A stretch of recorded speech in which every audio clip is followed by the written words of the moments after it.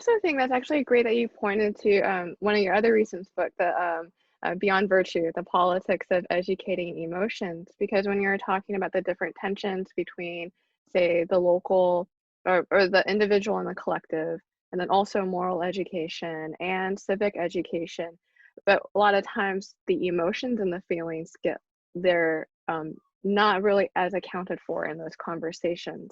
Um, so for you, and you work through this in your book, what role do emotions play in that formation of, moral and civic education, and also in the formation of personal and political identity? And then I guess another way of asking this could be, how does actually attending to emotions present new insights for understanding those tensions, the difference, and the social conflict? Yeah, that's a great question, and that basically encapsulates the problems I've been thinking about in my head for some time now. So how did I get to emotions? I think I started thinking about the relationship of people to each other. I think I started my academic journey thinking about political issues around identity, and I started out thinking about Islamophobia.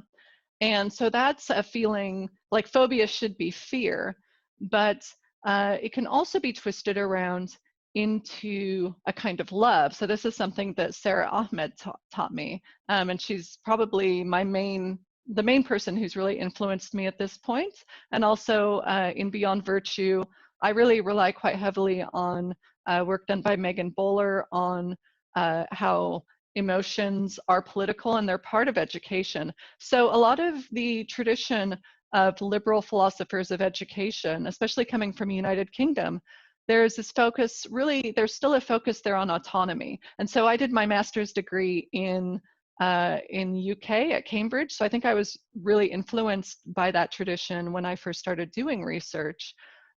So in that tradition, there's no place for feelings. So actually, for Immanuel Kant, the less feelings, the better.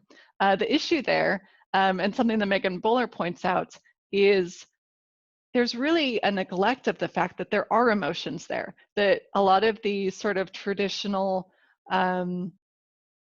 philosophers who say they're just focused on autonomy, they do have feelings. They might be stubborn, they might be inflexible, and they might just be afraid to talk about feelings.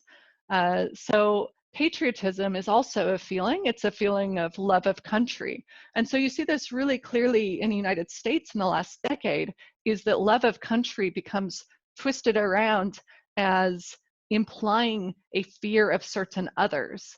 So after 9/11, there was a lot of conservative educational policymakers who were saying that it's not compatible to love America and to not be hateful or negative or Islamophobic towards Muslims. And so I was concerned there was a big conflation there. And the media and education was then taking a role to encourage people to fear certain people. And you might say it's not fear, you might say it's actually hate or disgust. In any case, I think across societies, it's been my observation that people are given subtle messages in education and in society. Sometimes they're not subtle messages, but sometimes they are subtle, which basically says there's an in-group and there's an out-group. And we need to treat people differently based on whether they're in the in-group or out-group. And you need to demonstrate that, and it becomes a part of demonstrating your patriotism as well. And so something I've been struggling with when it comes to the focus on virtue ethics. So virtue ethics has become more popular in recent years as an approach to moral education in schools.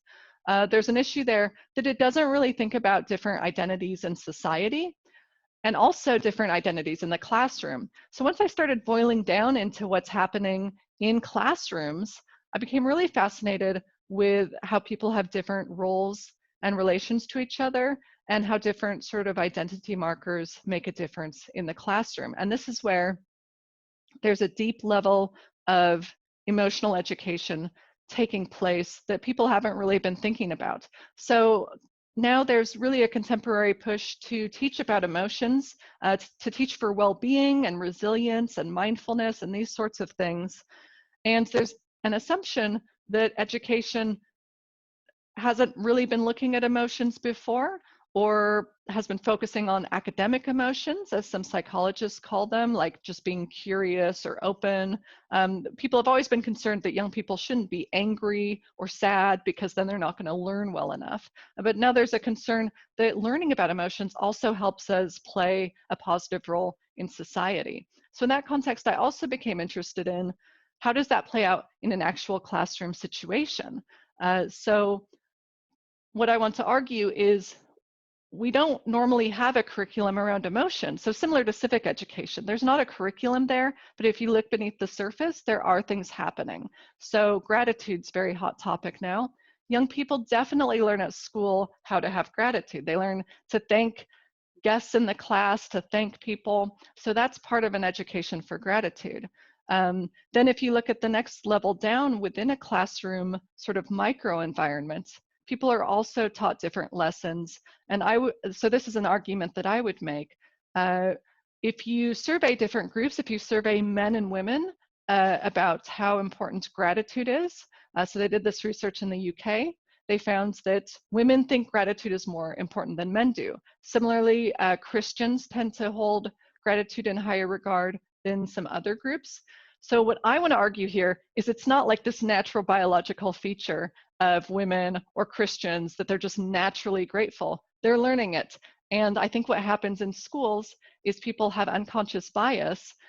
So if a little boy in my class says thank you and they're very sarcastic about it, I might think, okay, that's fine. You know, he doesn't have to be thankful. The little girl seems sarcastic.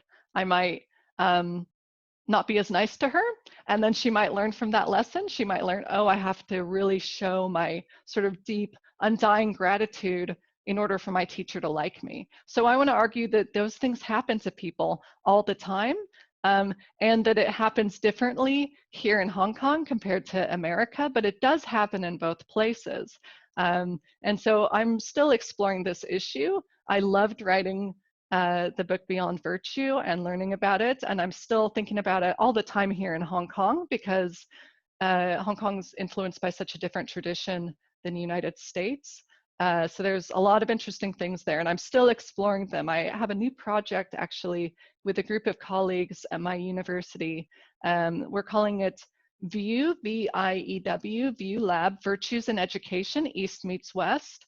And so like I said before, some people think virtues is a very conservative idea, but we're not interested in just promoting virtues per se. We're not just interested in saying young people have to learn how to have gratitude and humility and how to be open-minded. That's not our goal. Our goal is to think through what does this have to do with human relations and connections and with our perception of what a community should be like, which definitely looks different in Hong Kong and Confucian heritage context versus very strictly liberal contexts like US and UK.